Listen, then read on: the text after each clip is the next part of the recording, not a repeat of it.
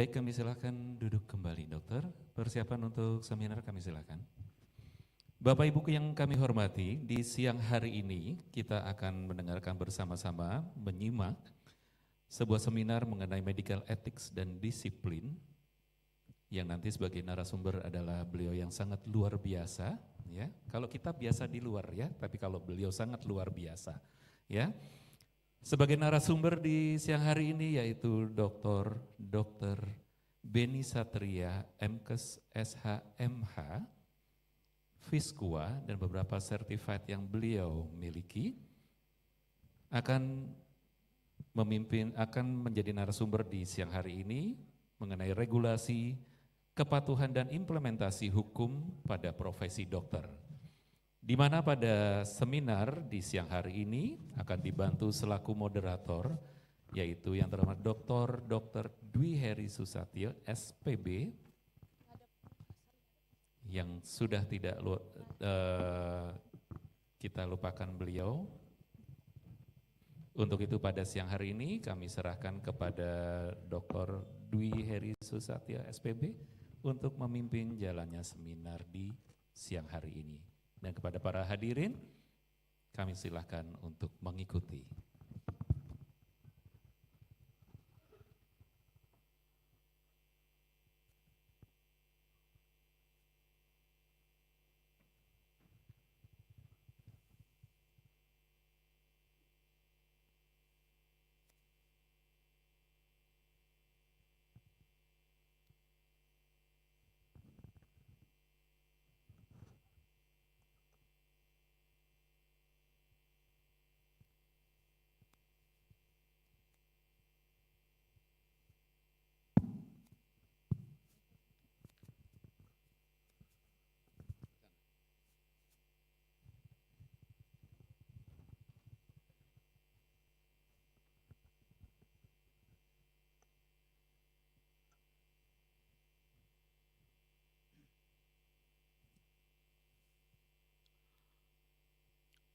Bismillahirrahmanirrahim. Assalamualaikum warahmatullahi wabarakatuh.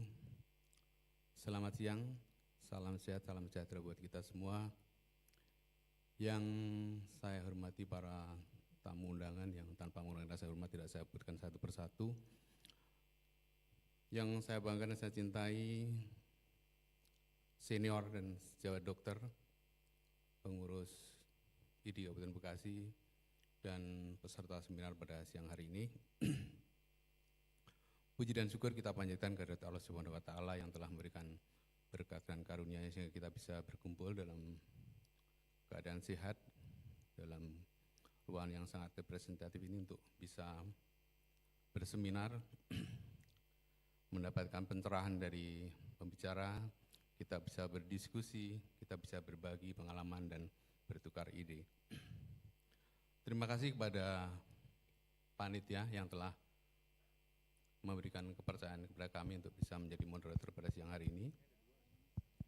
Suatu kehormatan buat saya untuk bisa memandu acara pada siang hari ini dengan pembicara yang sangat fenomenal pada acara yang sangat monumental karena bertepatan dengan pelantikan Kepengurusan ID Kabupaten Bekasi tahun 2025 tahun 2028. Adapun topik seminar pada siang hari ini kita pilih mengenai hukum kesehatan. Ya, kita ketahui bersama bahwa hukum kesehatan mempunyai peran yang sangat vital ya dalam menjaga etika, keadilan, kepastian hukum dalam praktek kesehatan. Dengan berbagai isu dan tantangan yang kita hadapi sekarang, mengenai hak pasien, kemudian tanggung jawab profesional tenaga medis, tenaga kesehatan, hingga kebijakan publik. Semoga diskusi dan pertukaran ini pada siang hari ini bisa diharapkan dapat memberikan suatu pemahaman dan wawasan yang lebih mendalam. Isu-isu mengenai hukum kesehatan tidak akan pernah tidak menarik, jadi akan selalu faktual dan menarik.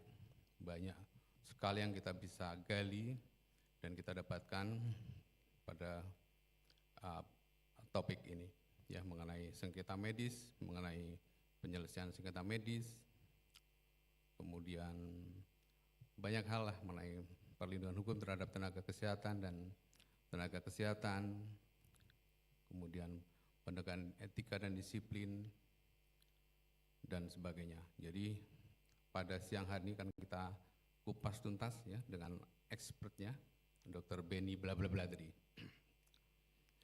Tidak berlama-lama lagi akan saya hadirkan pembicara pada siang hari ini,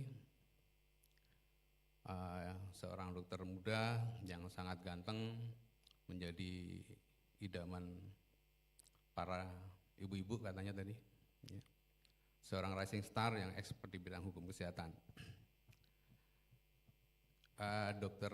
Benny Satria, Magister Kesehatan, Sarjana Hukum, Magister Hukum, Certified Professional Mediator, Certified Professional Arbitrator, Certified Procurement Contract Legal Expert, Certified Mediator and Conciliator, dan Fellow of International Society of Quality in Healthcare.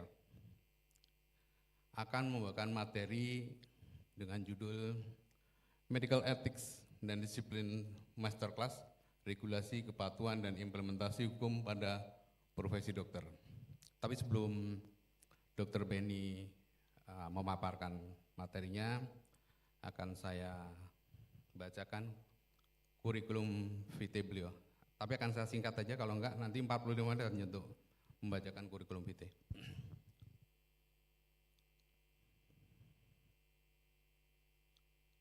Dr.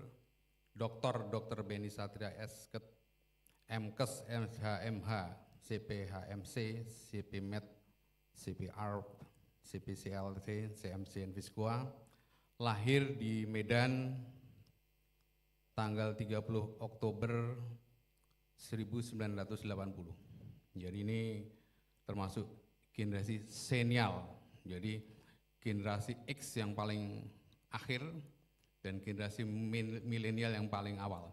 Jadi suatu kebetulan ini tahun 1980 dikenal sebagai generasi senial, ya. Jadi ganteng, berprestasi, ya.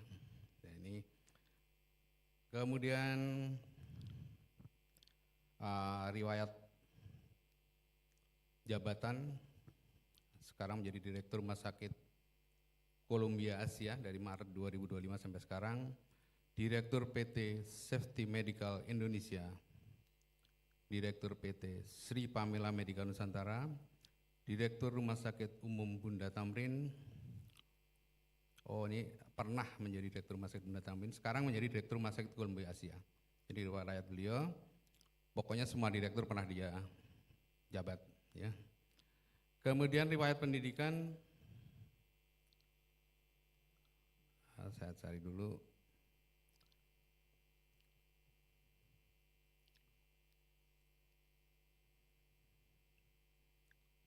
Riwayat pendidikan beliau, pendidikan formal,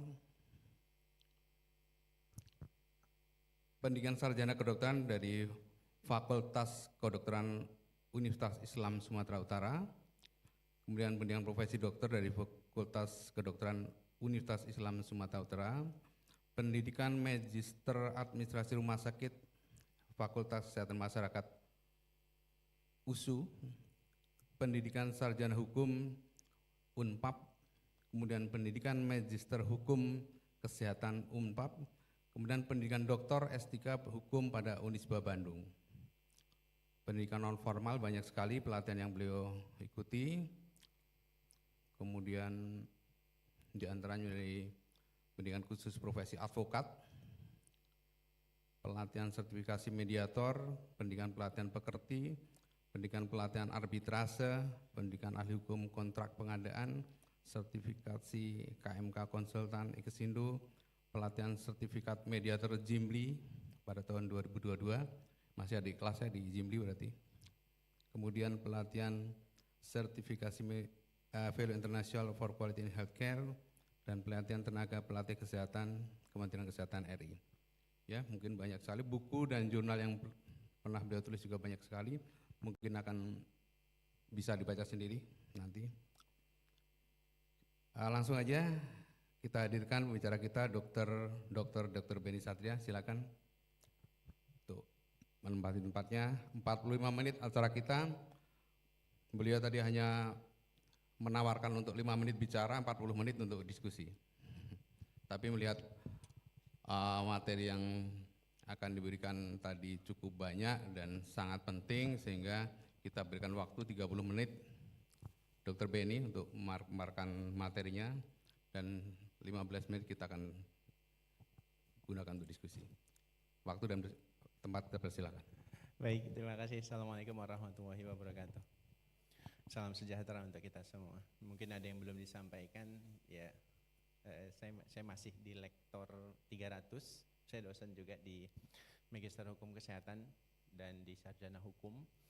Mahasiswa saya itu banyak polisi, pengacara sebenarnya, dan beberapa spesialis. Spesialis itu ngambil hukum gitu ya. Ya, sedang menempuh tadi, berusaha untuk menjadi lektor kepala, ternyata sulit. Dan ke guru besar, karena dari 300 ke 550 itu banyak, selain jurnal, tulisan, Scopus, itu terutama bebannya luar biasa. Saya dosen juga, di luar dosen saya surveyor juga, sama guru saya Mbak Arida. Surveyor di salah satu lembaga akreditasi rumah sakit, dan juga surveyor di lembaga akreditasi klinik dan puskesmas. Jadi kalau kemampuan ini digunakan untuk mencari kesalahan dokter itu paling gampang. Selain saya advokat, saya direktur, saya surveyor, saya mediator, kemudian saya surveyor di klinik, akreditasi klinik, ya, termasuk puskesmas sakit. Nah, ini tantangan kita ke depan ini yang saya khawatirkan. Yang saya khawatirkan apa? Karena banyak dokter-dokter yang sekolah hukum, saya senang sebenarnya, tapi ternyata dari dokter-dokter perawat bidan, kalau ada organisasi profesi masih di sini, ternyata banyak juga yang mengambil keuntungan. Nah, ini sebenarnya profesi ini, profesi advokat atau profesi hukum yang saya dalami dan rekan-rekan juga yang dalamin, itu kalau dipergunakan tidak pada tempatnya, ini yang tantangan kita 5-10 tahun ke depan ini yang nanti akan menjadi ancaman ya. Saya masih menolak, walaupun sebenarnya ini melanggar kode etik advokat, menolak kasus-kasus yang memang sangat ingin mempidanakan dokter atau mempidanakan atau menuntut rumah sakit. Sebenarnya nggak boleh, sama seperti dokter. Dokter itu nggak boleh nolak pasien ya, nggak boleh. Sama advokat juga punya kode etik. Kita nggak boleh memilih kasus dan menolak kasus, tapi memang banyak beberapa yang saya mohon maaf, saya belum bisa, saya bilang. Saya alumni Bandung, dari Unisba Bandung. Saya pernah dilema, saya jumpai promotor saya dilema, saya mau jadi advokat atau tidak. Ya kalau kamu mau jadi advokat, kamu harus jelas berdirimu di mana. Mau membela dokter atau memang mau membela pasien. Karena dua-dua itu nggak akan ketemu. Benar tidak akan ketemu. Baik, mudah-mudahan 5 menit nanti ke depan saya boleh nanti saya next ya. Operator di mana ya? Oke, baik, makasih. Tapi sebelumnya karena tadi ditagih pantun, jadi karena Dokter Ibe terima kasih, Kepala Dinas Kesehatan yang masih bergabung juga terima kasih, dari wilayah terima kasih, Dokter Iskandar masih di luar ya. Baik. Iya. Harga komputer tidaklah murah. Cakep. Hendak dibeli untuk anak si kakak. Jadi dokter itu bukanlah mudah, bagai kerja menolak ombak.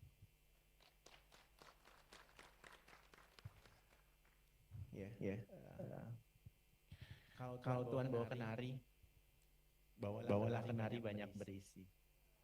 Izinkan saya memaparkan materi sebagai pengantar diskusi. Ini mau pantun lagi atau materi langsung? Oke, baik. Boleh next saja.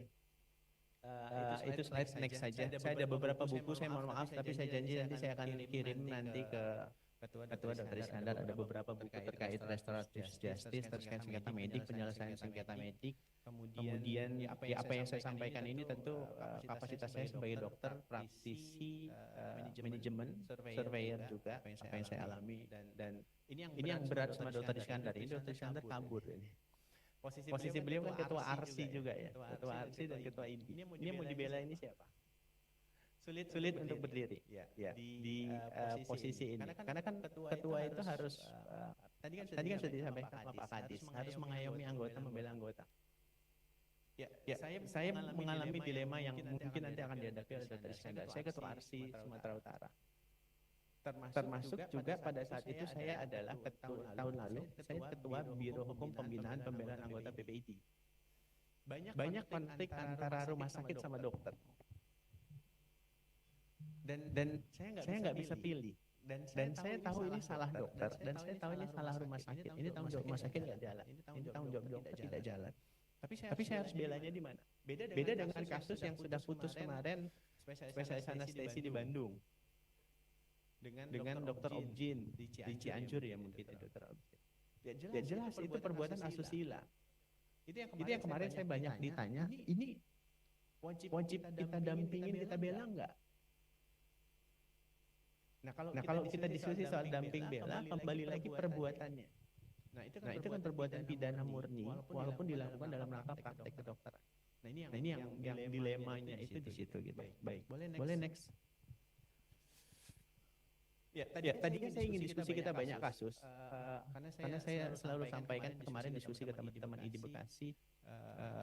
Ya karena memang mohon maaf ada beberapa yang memang tidak bisa saya penuhi undangannya, saya mohon maaf. Karena memang sebagai direktur rumah sakit Columbia itu rumah sakit PMA terbesar di Indonesia. Ya kalau dicari di Google bisa dilihat itu non BPJS. Hanya dari 8 cabang kita PMA itu non BPJS, kita milik Malaysia. Itu 3 itu yang BPJS, di luar itu tidak BPJS. Masih bisa hidup tanpa BPJS. Ya alhamdulillah. Gross bruto kita itu 800 miliar per tahun. Itu yang lagi kami kelola sekarang gitu ya. Untuk gross bruto non BPJS. Tapi itu yang membuat beberapa undangan belum bisa saya penuhin, saya mohon maaf, dan mungkin besok harus balik kembali. Nah kembali kemari. Ini saya diskusi real ya. Supaya kita paham terhadap regulasi. Dan ini terjadi ketidaktahuan, ignorante juris non est clausat, ketidaktahuan akan hukum itu nggak bisa dimaafin. Sekarang ada Undang-Undang 17, kemudian PP 28, dan ini kita di Sumatera Utara, mudah-mudahan tidak terjadi di Jawa Barat. Polisi itu sudah memahami pasal-pasal 440, 442 yang ada unsur pidananya. Dan mereka sudah banyak CCTV di setiap tempat, termasuk di rumah sakit kita. Jadi ini adalah panggilan kepada tenaga medis, tenaga kesehatan yang bekerja di rumah sakit tidak punya izin praktek. Ancaman pidananya ada.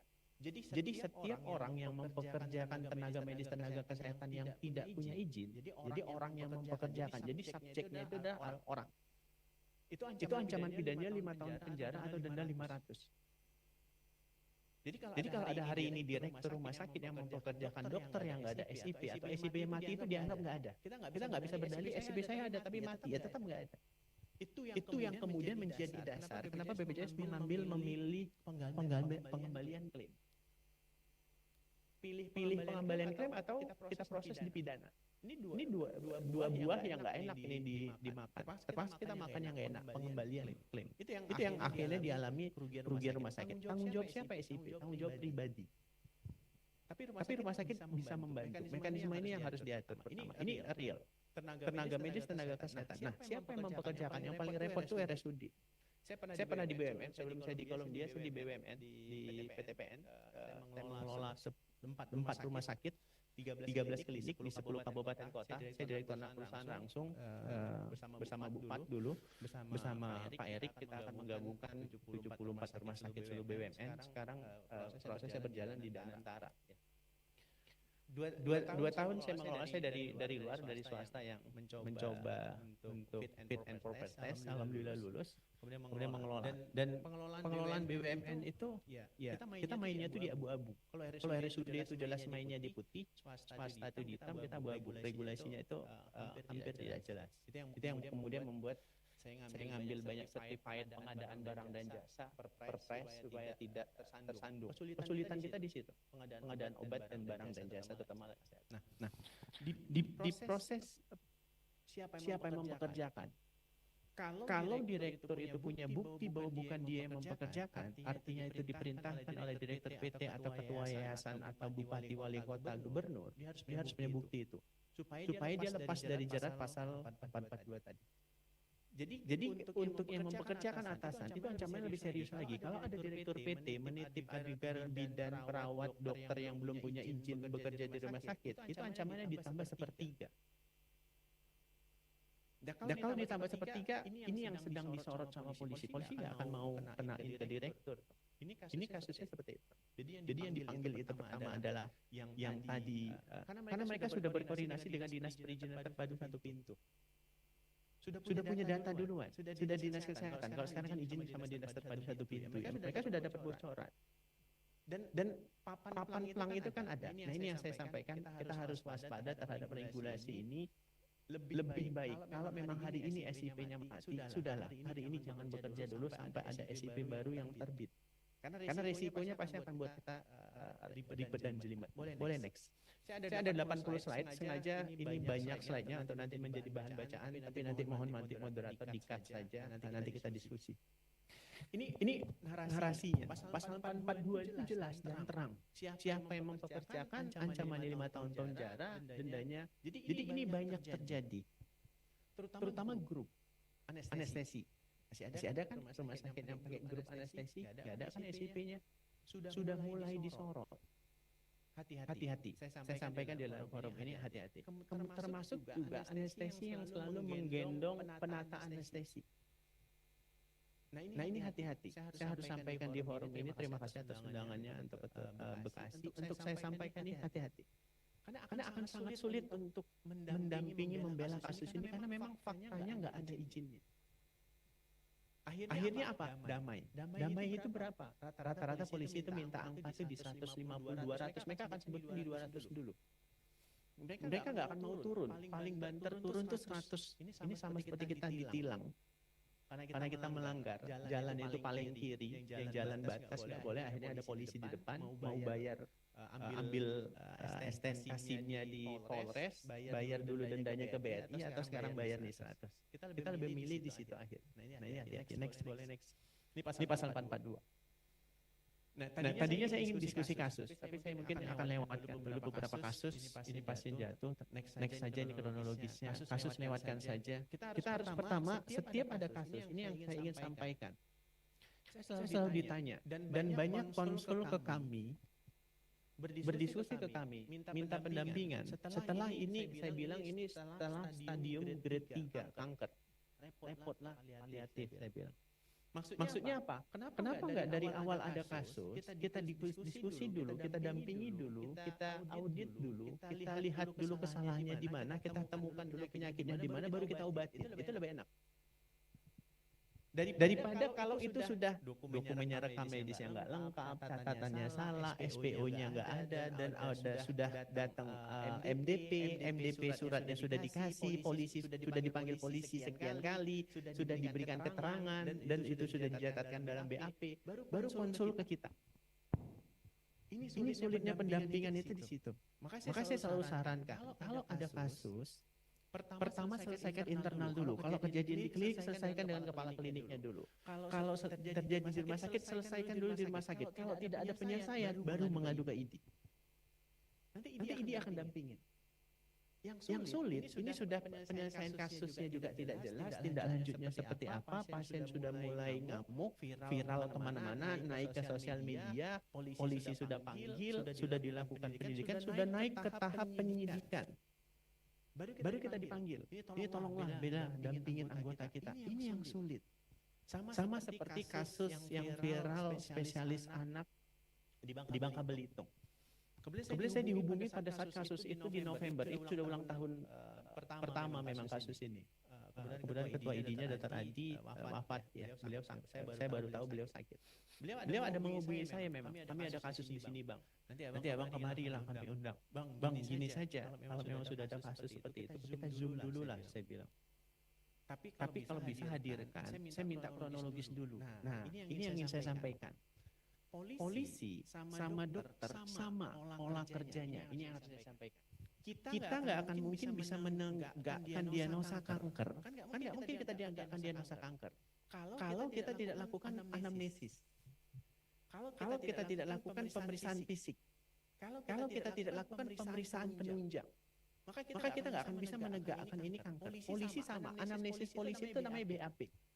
Berita acara pemeriksaan, dipanggil semua saksi-saksi. Saksi itu siapa? Orang yang melihat, mendengar, mengetahui. Itu saksi. Itu anamnesis. Tapi anamnesis polisi itu dalam. Mereka punya pendidikan untuk menjadi penyidik. Kita nggak punya pendidikan khusus berbulan-bulan seperti polisi bagaimana memahami karakter psikologis orang sehingga dia sudah tahu saksi inilah pelakunya. Sama seperti kita, anamnesis kita sudah tahu pasien itu jalan dan lihat wajahnya, ini penderita diabetes, ini penderita jantung, ini penderita GOUT, kita tahu. Itu dengan pengalaman kita. Itu anamnesis. Jadi kalau kita dipanggil polisi, surat tadi boleh mundur. Boleh mundur dulu surat. Kalau kita dipanggil polisi, surat panggilan polisi boleh mundur. Slide kedua atau ketiga tadi. Mundur dulu, mundur.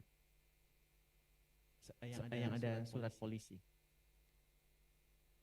di halaman kedua atau ketiga yang ada surat polisinya. Nah, kalau kita dipanggil polisi sudah pasti jantung kita separuh sudah hilang tuh. Itu pun masih saya alamin juga. Saya sebagai direktur bolak-balik dipanggil polisi sampai hari ini. Untuk satu perbuatan dilakukan oleh dokter, oleh staf saya, salah nama, salah identitas, salahnya banyak ya. Boleh mundur. Ya. Maksud saya kalau kita dipanggil polisi itu adalah bagian tadi. Tapi pada saat kita dipanggil polisi itu tidak hari ini surat masuk, hari ini kita harus datang. Enggak pernah begitu tuh. Pasti akan ada jeda waktu sekian hari. Manfaatkanlah jeda waktu sekian hari itu untuk kita saling koordinasi, diskusi. Panggil semua yang terlibat, buatkan kronologis cerita yang benar seperti apa, yang utuh seperti apa. Nah, untuk memahami surat polisi, kita harus lihat dulu pertama ada rujukan. Ini template SOP yang semua sama, mau di Polda manapun, mau di Polres manapun. Kalau kita lihat di kasus ini, pertama rujukannya undang-undangnya sudah benar. Mereka sudah menggunakan undang-undang kewenangan kepolisian dan undang-undang kesehatan spesialis. Kalau mereka pakai KUHP baru nanti dilihat juga pasalnya. Kemudian mereka ini sudah clear di poin nomor 2. Poin nomor 2 itu sudah ada delik pidananya, pasalnya sudah disebutkan dan kemungkinan pelakunya sudah ketemu nih di sini. Hanya untuk melengkapi beberapa berkas saja. Kemudian yang ketiga, berkaitan dengan itu mohon hubungin. Ada kontak person yang bisa kita hubungin. Untuk diskusi, kalau kita kurang jelas, Pak itu kasus apa, bisa kita ajak ketemu, boleh kita ngobrol, polisi itu manusia juga kok. Jadi kita bisa ajak diskusi dia. Nggak usah takut, semakin takut kita, berarti tahu, ini sama seperti kita bawa motor, ada razia, ketakutan pasti akan ditangkap. Yang berani, kita nggak akan ditangkap secara psikologis. Maka supaya berani dengan tanda kutip, kumpul dulu, diskusi dulu, panggil semua. Panggil semua yang terlibat, perawat, bidan, IGD, resepsionis, dokter, itu semua harus. Kalau nggak bisa hadir, Zoom. Supaya kita ada dialog. Supaya kita bisa diskusi. Kalaupun ingin mau menyalahin, salahinlah di situ. Mau marah-marahlah di situ. Mau kelahilah di ruangan. Tapi cukup di ruangan. Kemudian harus ada satu yang kemudian memediasi. Nah, kemudian yang kedua, ini yang penting di poin 1E. 1E itu LP, laporan polisi. Nanti Bapak Ibu teman-teman kalau pernah baca, nanti bandingkan dengan yang satu lagi LI, laporan informasi. Beda antara LI dengan LP. Kalau LP berarti ada korban yang mengadu, makanya dia buat pengaduan. Makanya namanya laporan polisi. Dia membuat laporan polisi, dia mengadu karena deliknya aduan. Kesehatan itu deliknya aduan. Maka yang dirugikan wajib mengadu. Beda dengan LI. LI itu laporan informasi. Jadi polisi menerima informasi, apakah informasi melalui sosial media, ataukah informasi yang dia dengar, atau yang dia lihat, atau yang dia ketahui, itu LI. Tapi pengalaman kami kalau sifatnya LI itu sudah pasti koordinasi, mohon maaf, minta duit mayoritas LI. Karena delik kesehatan itu deliknya itu adalah delik aduan. Harus ada yang mengadu dulu, harus ada korban dulu yang mengadukan. Nah ini untuk memahami isi surat. Nah kemudian setelah paham deliknya apa, karena di sini kan jelas deliknya adalah mempekerjakan tidak punya SIP. Berarti siapa ini? Kumpulan dulu. Benar nggak punya SIP? Atau mungkin SIP-nya sedang diurus. Terus lalu ada korban atau tidak? Terus kemudian korbannya siapa? Kemudian akibat dia tidak punya SIP, kemudian dia melayanin, mati nggak pasiennya? Nah ini yang harus digali maksud saya. Toh kita di rumah sakit, di standar akreditasi kan belajar soal root cause analysis. Pakai ilmu root cause analysis itu untuk menganalisis surat ini. Kalau kita juga belajar tentang 5 why dengan metode untuk menemukan masalah, kenapa, coba pakai di sini. Ini kenapa ada kasus ini? Kenapa kemudian dokter yang dipanggil? Kenapa kemudian ada pengaduan ini? Kemudian silakan cari gitu. Ini metode untuk supaya kita sama satu suara, sehingga pada saat di BAP pun, pada saat dipanggil ke polisi pun, ini ada tugas rumah sakit juga sesuai pasal 833 PP 28 2024 melakukan pendampingan proses hukum, dampingin semua dokter yang dipanggil. Ini banyak rumah sakit yang dokter yang dipanggil tapi nggak didampingin. Jangankan didampingin, membuat satu forum untuk pertemuan saja membahas kasus ini nggak ada. Ini yang akhirnya itu saling, mohon maaf, kalau saya menilai kasus spesialis anak, ini yang terjadi karena semuanya saling menyalahkan, saling membuang beban. Bukan saya dok, dia. Sudah tunjuk pelaku. Polisi senang di situ. Dan itu akan terbukti dari BAP. Itu yang namanya anamnesis. Anamnesis nanti ada kita lakukan namanya pemeriksaan fisik. Pemeriksaan fisik pada polisi itu dia akan melihat, meninjau, mencari petunjuk. Kemudian dia akan mencari informasi, dia akan meminta dokumen. Nah ini soal minta dokumen hati-hati. Kita sudah punya rujukan yang bagus sebenarnya. Permenkes 24 2022 nanti baca pasal 3536. Untuk penegakan hukum itu rekam medis itu baru boleh kita berikan. Untuk penegakan hukum artinya tunggu surat panggilan dari hakim dulu baru boleh kita kasih. Kalau nggak ada surat dari hakim jangan kasih. Kalau polisi minta, itu kan di dalam surat selalu dia bawa rekam medis, bawa semua identitas. Jangan bawa satu pun. Ini direktur rumah sakit, pimpinan manajemen juga harus tahu. Saya selalu minta, enggak dong. Kalau polisi minta, suruh dia bersurat. Pasal 36 Permenkes 24 2022 itu baru mencabut yang 269 2008. Kalau ada yang minta untuk penegakan disiplin, untuk penegakan etik, untuk penegakan hukum, atau proses untuk penelitian, itu wajib meminta dulu kepada menteri melalui dirjen. Pasalnya jelas kok. Jadi seharusnya MDP kalau mau minta dokumen rekam medis, kalau polisi mau minta rekam medis, artinya maknanya dia harus bersurat dulu kepada menteri melalui dirjen. Nanti dirjen menanggapi surat itu, disurati kita sebagai direktur, boleh kasih. Surat apa yang dia minta? Rekam medis apa yang dia minta? Polisi nggak tahu itu rekam medis. Rekam medis itu mulai dari RM1 General Consent sampai RM40. Mana yang mau kita kasih? Isinya milik pasien. Isi milik pasien itu dalam bentuk resume. Serahkan. Kalau mau kasih resume, kasih resume. Tapi ini pihak pengacara advokat tuntut. Ini semua yang dicatat-catat sama perawat yang ditandatangan saya minta juga kata advokat. Kalau advokat mau minta itu, surat di menteri melalui dirjen kami tunggu. Itu kalau kita ngerti regulasi dan paham regulasi. Permenkes 24 2022. Nanti lihat di pasal 3536. Boleh next. Nah, yang ketiga, tadi kan anamnesis dokter sebelum menegakkan diagnosa. Polisi sebelum menetapkan tersangka, dia akan melakukan namanya pemeriksaan BAP. Dia akan mencari bukti. Jadi minimal 2 alat bukti sebelum ditetapkan tersangka. Kalau kemarin diskusi di grup sama beberapa diskusi kita sibuk soal rekomendasi MDP, tanpa saya bilang, tanpa rekomendasi MDP pun polisi berhak menetapkan tersangka. Karena syaratnya cuma minimal 2 alat bukti. Alat bukti itu ada 5.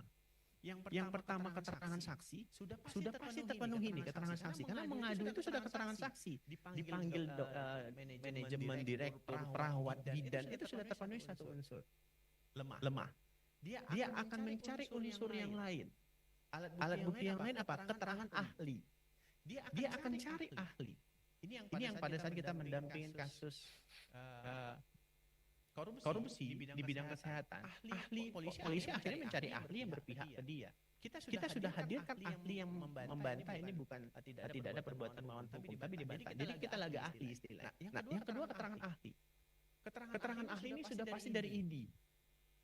Karena polisi nggak akan mungkin mencari dari yang lain. Makanya satu ID itu menurut saya sudah sangat baik, terus digaungkan terus supaya tidak ada ID perjuangan yang lain. Gitu ya.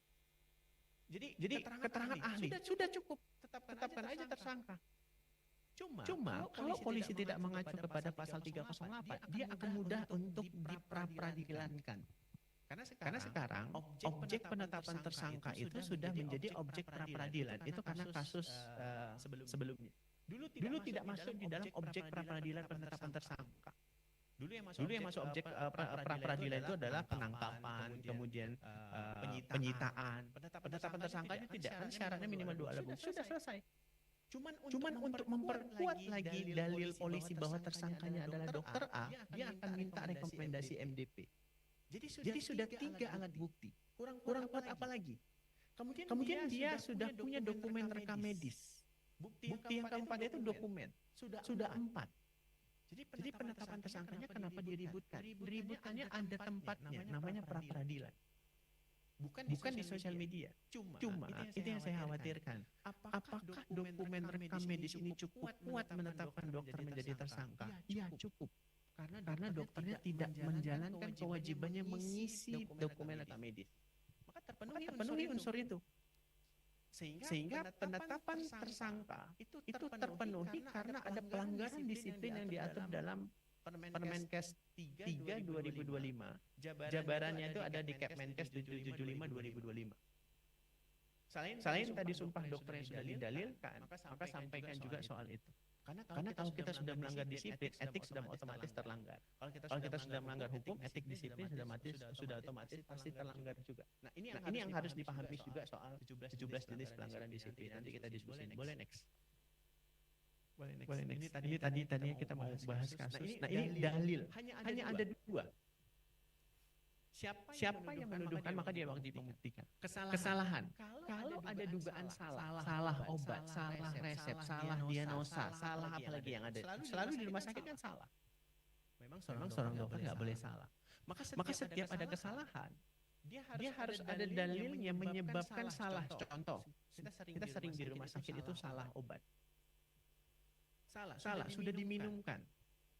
Salah dos juga. Tapi nggak ada muncul cedera. Belum muncul cedera. Maka kalau itu mau dia gugat, polisi akan sangat sulit untuk membuktikan karena unsur kerugian belum terpenuhi. Karena harus ada unsur kerugian dulu menyebabkan kerugian. Saya hari ini salah. Harusnya saya berdirinya di sana, bukan di sini. Tapi kan nggak ada kerugian juga di sini. Kalau kita pun salah menegakkan diagnosa, harusnya diagnosanya pneumonia, tapi ditegakkan diagnosa TB, sudah dikasih treatment. Salah. Tapi salah itu ada kerugian nggak? Ada. Kalau pasien itu akibat salah menegakkan diagnosa dia masuk ICU misalnya, itu kerugiannya. Karena dari yang ringan akhirnya jadi berat. Terpenuhi. Maka yang terpenting lihat dulu, gali dulu kerugiannya di mana. Kalau nggak ada unsur kerugian, kita nggak perlu takut juga. Tapi penyelesaiannya ada. Maka selesaikanlah dengan alternatif penyelesaian sengketa. Tadi diskusi kemudaratan tersebut. Alternatif penyelesaian sengketa, ada Undang-Undang 3099 tentang arbitrase dan alternatif penyelesaian sengketa. Pilihannya ada 5. Yang pertama konsiliasi, negosiasi, mediasi, kemudian arbitrasi, penilaian ahli. Itu menurut Undang-Undang 3099. Tapi kita selalu pahami mediasi.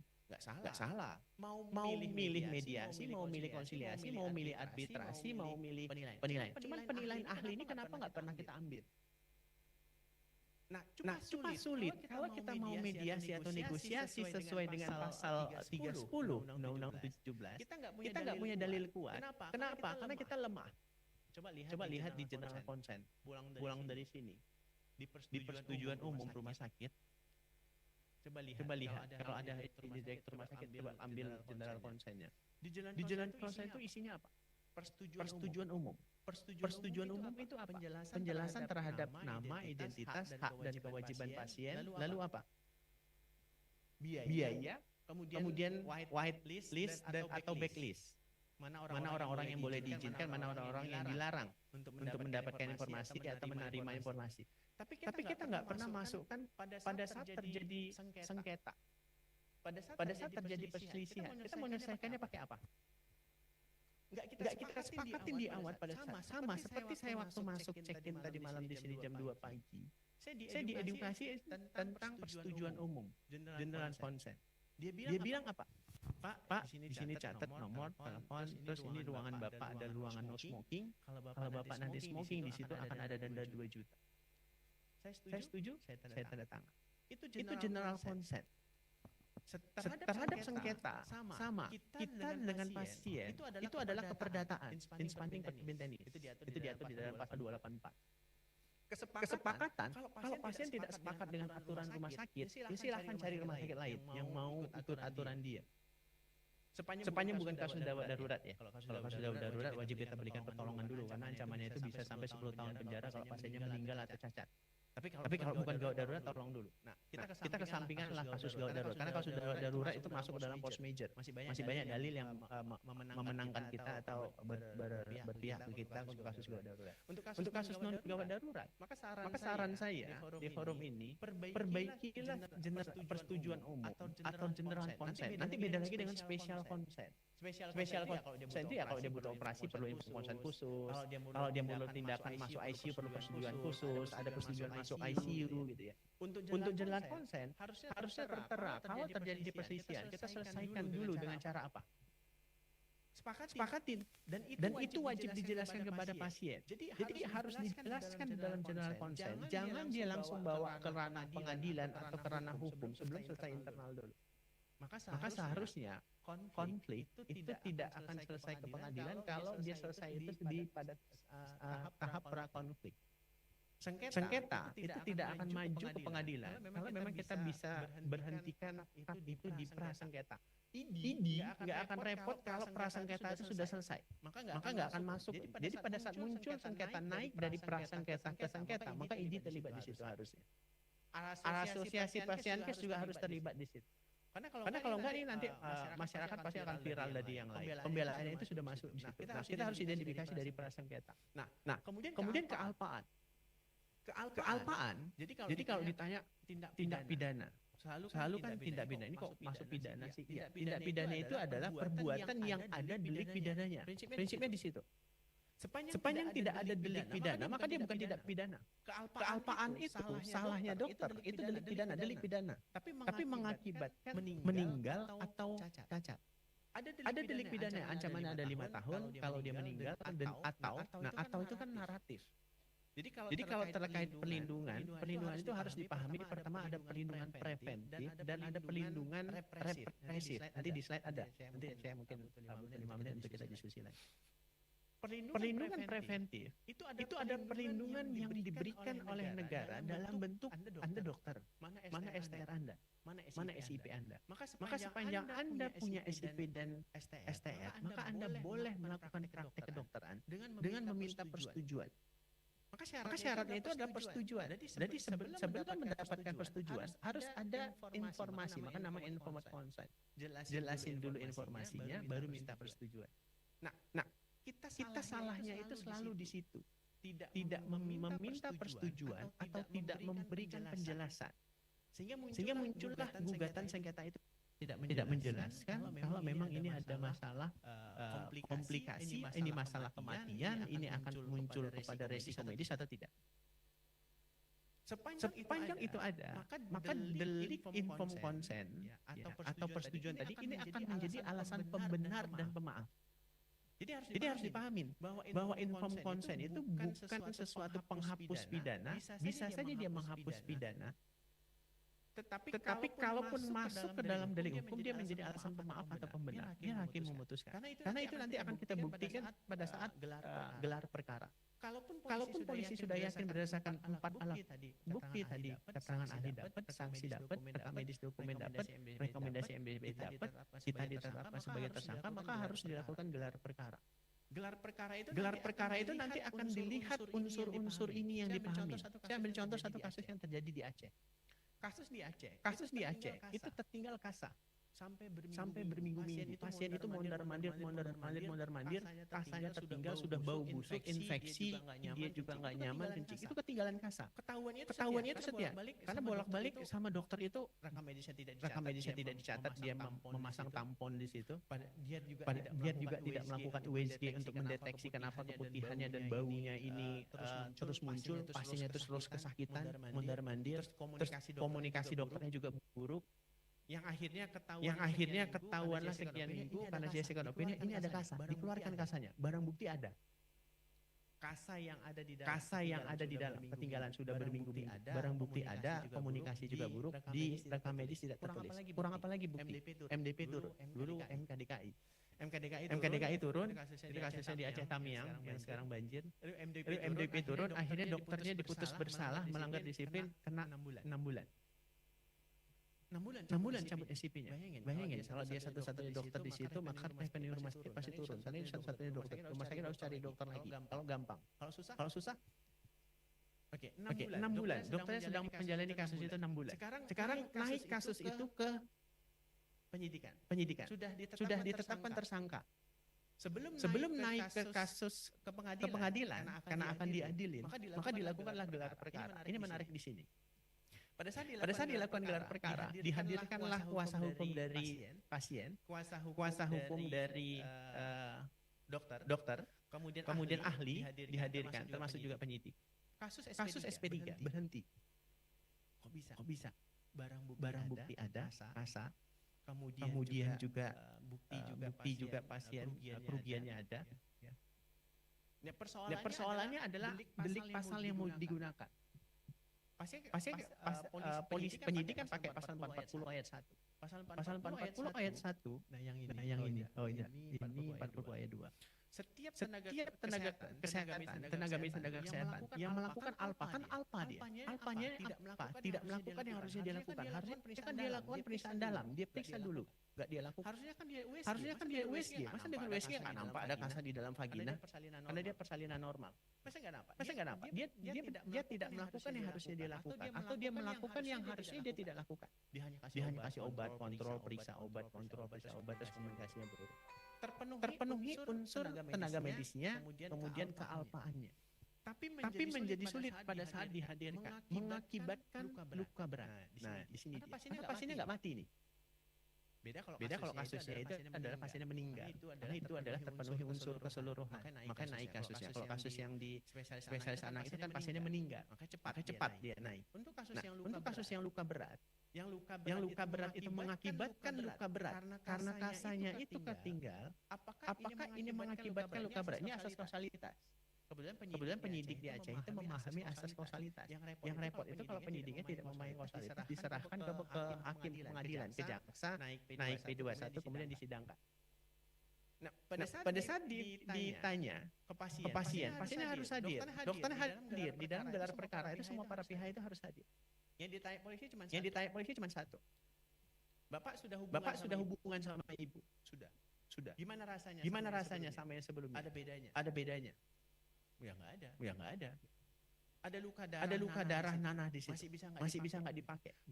Karena unsur luka berat yang harus terpenuhi di dalam pasal 90 Kitab Undang-Undang Hukum Pidana, dia harus menyebabkan organ itu hilang atau organ itu rusak, tidak bisa berfungsi kembali secara normal. Itu pasal 90 KUHP. Contoh mata hilang, tangan salah operasi kanan dan kiri, sudah putus tangannya gitu. Kan terpenuhi. Vagina tadi yang ketinggalan kasanya, yang sudah busuk tadi, memang busuk baunya, buktinya ada. Tapi setelah dikeluarkan kembali lagi normal. Fungsinya juga normal. Dia haid kembali. Dia berdarah kencing pun juga tidak pedih, tidak ada nanah lagi, tidak ada lagi darah, dan dia tidak ada keluhan. Berarti pasal 440, walaupun dokternya terbukti melanggar disiplin 6 bulan, walaupun dokternya sudah disanksi 6 bulan, sudah disidangkan MKDKI, kasus nggak bisa naik ke pengadilan karena tidak terpenuhi unsur. Nah, itu pemahaman kita. Tapi setidaknya ada komunikasi seluruh permasalahan yang kami dampingin. selalu saja muncul masalah di komunikasi. Kemudian direkturnya saya kenal, memang dokternya parah Ben. Komunikasinya kami juga sudah dampingin, dokternya nggak mau. Nah ini yang menjadi sulit kita di Ikatan Dokter Indonesia. Kalau egoisme kita muncul. Ini kesulitan kita kalau kita merasa paling benar. Aku sudah benar, sudah sesuai SOP, sudah sesuai standar pelayanan, sudah sesuai standar prosedur, sudah. Ini blockingnya itu muncul di situ. Maka hilangkanlah itu. Oke, boleh next ke halaman terakhir saja. Boleh next. Nanti mau jadi bacaan karena diskusinya banyak. Next saja. Next. Boleh. Sebenarnya saya sangat ingin banyak bahas kasus. Nah ini hati-hati terhadap support farmasi. Saya baru menerima surat cinta dari dokter. Saya baru surat cinta dari Kementerian Kesehatan terhadap satu dokter saya. Saya punya dokter itu 214 dokter. Bed saya itu 221. Semuanya itu sudah subspesialis. Di saya itu nggak ada dokter spesialis. Semuanya subspesialis, mulai dokter spesialis. Jadi dapat satu surat cinta, ada satu dokter yang menerima sponsorship. Yang sponsorshipnya angkanya luar biasa, 2 miliar. Dalam kurun waktu 2 tahun. Saya juga baru tahu karena dari surat kementerian. Saya ditelepon kementerian, terus saya panggil dokternya, ini uang apa? Hati-hati, saya bilang, dok. Hati-hati terhadap ini karena ini saya baca kalau saya back aja dulu. Kalau saya baca di surat tadi mundur. Ini ada videonya tadi, mundur saja. Kalau kita baca tadi surat, maka setiap surat itu harus kita analisa dulu. Suratnya kapan kita terima, kita benar-benar harus dianalisa dulu. Pertama surat itu mendalilkan berdasarkan data dari PPATK. Mungkin ada beberapa pendapat. PPATK itu berarti ada bukan tindak pidana korupsi. Tapi PPATK itu lari kepada tindak pidana pencucian uang. Jadi mungkin saja bukan dokter korbannya, tapi dokter disebutkan namanya menerima sekian ratus sekian miliar rupiah. Apakah dokter menerima itu? Datanya mana? Akhirnya kita telepon kementerian. Kan ada nomor kontaknya tadi kan saya berpikir ini kayaknya hoax ini. Tapi kita kan ada nomor teleponnya. Saya search di get kontak. Oh iya, ini namanya kementerian. Kita langsung telepon, kita langsung video call. Third party di speakerkan. Nanti datanya kami kirimkan ke WA ini. Nanti dokter tolong klarifikasi benar nggak dokter itu menerima dari PTA itu sekian ratus juta, PTB sekian ratus juta, PTB yang itu totalnya sampai 2 miliar. Dan itu ternyata dialami juga sama rumah sakit lain, PKU Solo. Mereka telepon saya, kemudian minta diskusi by Zoom, kemudian di rumah sakit lain juga sama. Artinya ini memang seluruhnya. Ini hati-hati pada seluruh dokter di Ikatan Dokter Indonesia pada saat menerima. Sponsorship itu sudah diatur di dalam regulasi Permen. Ada. Dokter itu tidak boleh menerima cash. Nggak boleh. Boleh dalam bentuk bayar registrasi pendaftaran untuk kegiatan ilmiah, kemudian tiket pesawat, akomodasi, itu boleh.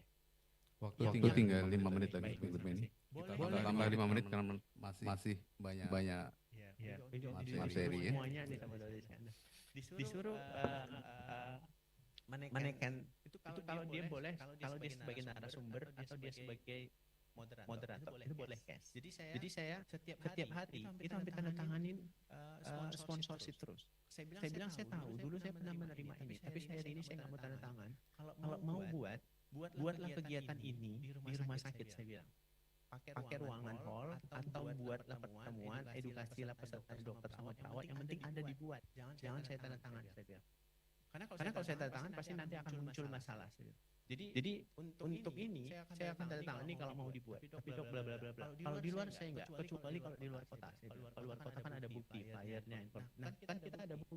Kan di standar akreditasi juga kita sudah diatur soal hukuman.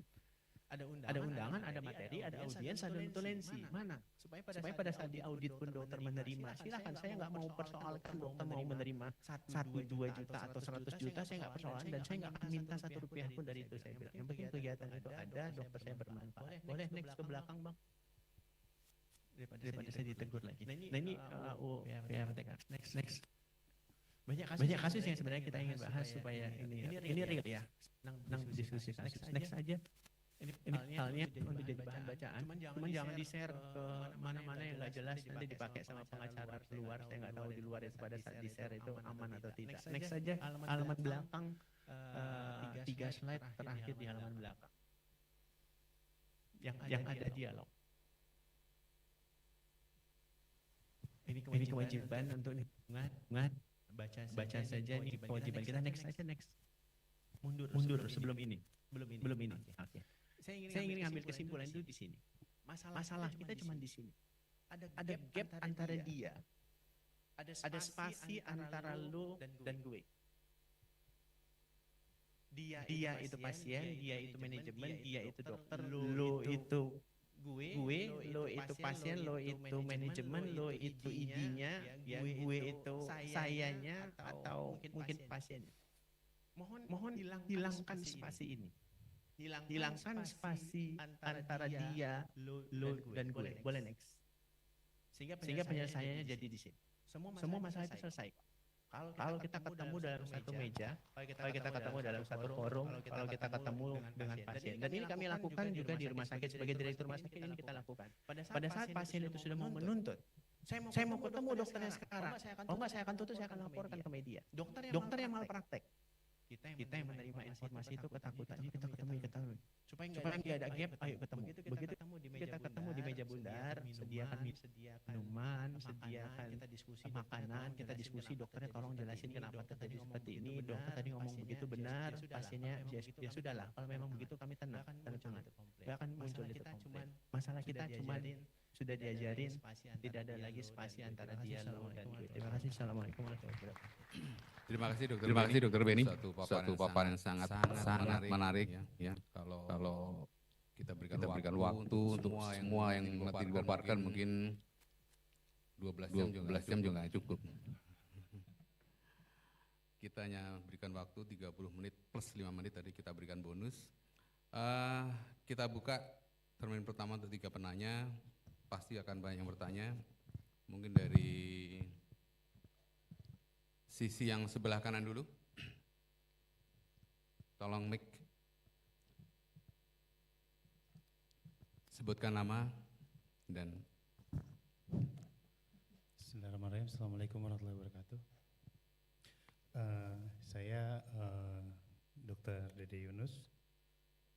Izin bertanya, sebelumnya saya memang ada beberapa kasus yang dialami di rumah sakit, Dok. Jadi sebenarnya kasus ini selesai dalam bentuk musyawarah. Nah, cuma akan tetapi tadi saya pernah melihat itu, tadi sempat ada paparan ada LP dan LI. Yang ditakutkan ada kemungkinan dari pihak ketiga ketika menerima informasi ternyata diangkat kembali kasus ini, Dok. Seperti itu. Bahkan kadang-kadang ada beberapa kasus yang udah 1 tahun yang lalu atau beberapa bulan yang lalu itu diangkat kembali, dan itu menjadi beban buat kami dari manajemen. Loh, sementara waktu itu udah selesai dalam musyawarah, dalam mediasi, tapi ini diangkat kembali sehingga itu menjadi sesuatu yang memang harus kita selesaikan kembali. Nah, pertanyaannya, Dok, ada nggak batasan atau yang dinyatakan selesai dalam suatu permusyawarahan kasus itu atau mediasi sehingga kasus itu tidak bisa diangkat lagi walaupun ada laporan informasi atau ada laporan LP tadi, Dok, ketika memang dari pengadu atau dari pasien itu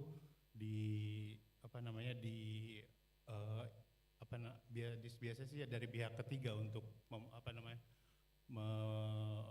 mojok-mojokan lagi untuk mengangkat kasusnya itu, Dok. Itu terus izin, Dok, ada 2 pertanyaan. Yang kedua, tadi saya tertarik, Dok, terkait masalah general consent. Di situ bagusnya dicantumkan jika terjadi sengketa ada penyelesaian secara mediasi atau penilaian ahli atau negosiasi, kurang lebih seperti itu, ya, Dok. Maksud saya, ketika kita memang menerapkan itu di general consent rumah sakit kita, seberapa kuatkah itu, Dok, yang ditakutkan ketika memang sudah selesai di negosiasi atau setelah selesai di mediasi, nggak taunya dia malah bikin LP atau laporan pengaduan, sehingga ini menjadi hal yang mubazir buat kita untuk menambahkan di general consent. Mungkin cukup itu dok, terima kasih. Assalamualaikum warahmatullahi wabarakatuh. Ini Dokter Dwi yang harus jawab ini beliau. Oke, ini sedikit lebih mudah. Pertama, ya soal kasus ya. Ini saya punya kasus juga kemarin bulan lalu, seorang dokter bedah plastik yang memang mengoperasi hidung dan itu kan menjanjikan hasil ya, karena dia kan mau operasi hidung mau mancung. Ya.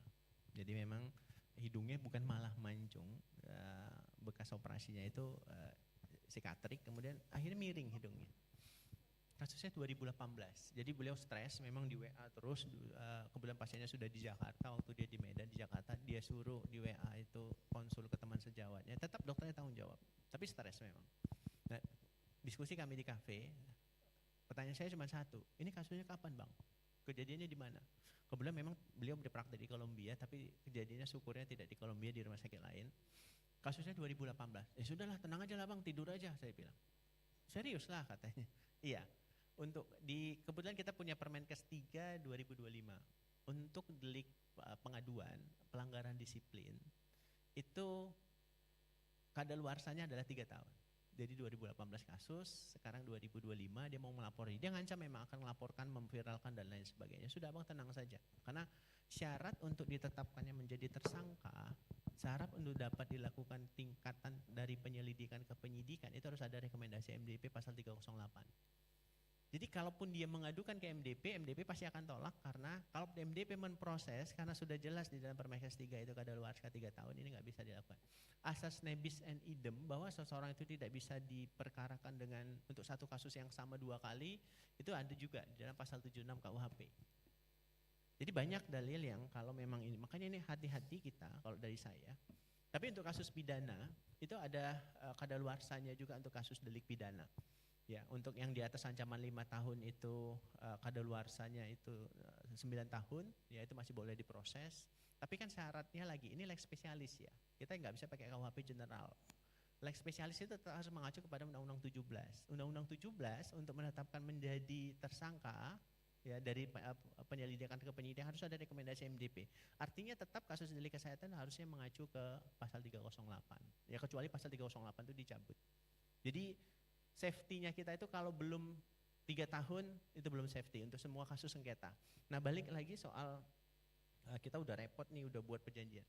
Harus ya mungkin harus ikut pelatihan dulu, pelatihan negosiasi atau pelatihan mediasi karena di setiap negosiasi mediasi musyawarah mufakat pun ada surat yang harus kita tanganin. Kenapa pasien itu bisa mengadu lagi? Ini pernah terjadi kasus yang kita dampingin di Pekanbaru. Kasus itu sudah 2 tahun yang lalu. Dan si pasien itu sudah, kebetulan memang Pekanbaru itu rumah sakitnya bagus. Mereka langsung menotariskan surat kesepakatan itu, pasiennya sudah menerima 175 juta. Sudah terima, sudah ada bukti tanda terima dan di situ ada juga dikunci poin tidak akan menggugat atau menuntut. Tiba-tiba kasus itu ditunggangin 2 tahun kemudian oleh Dian Wahyuni. Nah ini lagi di Cianjur dia nih. Ngurusin kasus juga lagi orang yang sama ini di Pekanbaru Sumatera Utara, sekarang dia jalan-jalan ke Jawa Barat, ini kasus yang sama ini, orang yang sama namanya Dian Wahyuni. Dia yang menunggangi kasus itu dilaporkannya ke MDP. Tapi karena rumah sakit sudah menyampaikan kasus ini sudah damai dengan melampirkan surat perdamaian dengan notaris, MDP nggak proses lagi. Dia kemudian lapor lagi ke polisi, ya dalilnya polisi. Sekarang saya bilang ini kembali lagi rumah sakitnya takut. Sekarang gantian kalian gugat lagi saja ini ke hakim karena dia sudah melanggar perjanjian yang sudah dinotariskan. Ini notaris lebih kuat lagi. Kita nggak perlu notaris, cukup bermatre saja. Bahkan kalau tidak bermatre pun, sepanjang tanda tangannya itu sama orang yang sama, sudah cukup puas. Kalau memang dia mengadu lagi, sudah pakai aja pasal. Tapi memang harus dikunci di situ. Bahwa dengan kesepakatan ini kedua belah pihak sepakat tidak akan menggugat, menuntut dan akan kalau itu dilakukan pelanggaran terhadap perjanjian itu biasanya ada template bakunya. Kalau kita ikut pelatihan mediasi, kalau kita ikut pelatihan negosiasi, pasti akan diberikan template berita acara kesepakatan atau nota kesepakatan, mau kita daftarkan ke pengadilan atau tidak, karena dua-duanya memiliki kekuatan hukum yang sama. Ya harusnya itu nggak boleh kejadian. Kalaupun dia mengadu, justru saya senang. Kalau kita punya dokumen perjanjian dan kita sudah damai, apakah damai dalam bentuk kita sudah kasih diskon, ataukah damainya itu kita buat dalam bentuk pengobatan, atau damainya itu ya silakan sebutkan aja poinnya, sampai angkanya koma-komanya pun dibuat. Bahwa biaya pengobatan 700 juta itu di-free-kan, atau mungkin biaya pengobatan 2.750.000 itu kita menjadi tanggung jawab rumah sakit gitu ya, nggak usah disebutkan di-free-kan, menjadi tanggung jawab rumah sakit, pasien tidak akan dibebankan biaya pengobatan, itu juga harus dicantumkan. Terhadap itu kalau dia melanggar kesepakatan kemudian membuat pengaduan menuntut, gantian yang kita laporin dia juga, karena pelanggaran terhadap perjanjian. Dan itu sangat kuat sebenarnya. Nah harusnya itu nggak boleh kejadian. Kejadian kita pada saat kita sudah sepakat musyawarah menyelesaikan masalah, kita nggak pernah ada dokumen tertulis. Ya prinsip administrasi, no documentation, you do nothing. Jadi saya anggap perdamaian itu, kesepakatan itu nggak ada karena Anda nggak bisa buktiin adanya dokumentasi untuk itu. Sama, prinsip no documentation, you do nothing itu ya bukan hanya untuk akreditasi ya, kesepakatan. Sama seperti dokter yang kami alamin, ini debatable dengan pasien soal pemberian obat pelancar ASI. Dokternya bilang itu permintaan pasien karena dia nggak pernah dalam prakteknya memberikan obat pelancar ASI karena efek sampingnya itu akhirnya produksinya melimpah, kemudian bengkak, kemudian akhirnya bengkak tidak tersalurkan, kemudian akhirnya harus dilakukan tindakan operasi, banyak komplikasi karena pemberian tadi yang disinyalir karena pemberian tadi. Nah ini debatable-nya di situ. Saya nggak pernah minta dok. Dokternya bilang kan Anda yang minta. Pembuktian itu ada di rekam medis. Rekam medisnya tidak tercatat dan tidak ada saksi. Perawat yang mendampingi juga tidak yakin dokternya memberikan itu. Jadi nggak benar juga. Makanya apa yang kita lakukan, kembali lagi kepada Permenkes 24/2022 di dalam rekam medis, maka tulislah rekam medis itu segera setelah memberikan pelayanan. Kenapa bahasanya segera setelah memberikan pelayanan? Kalau nanti lupa, pasti lupa. Jangankan nanti lupa.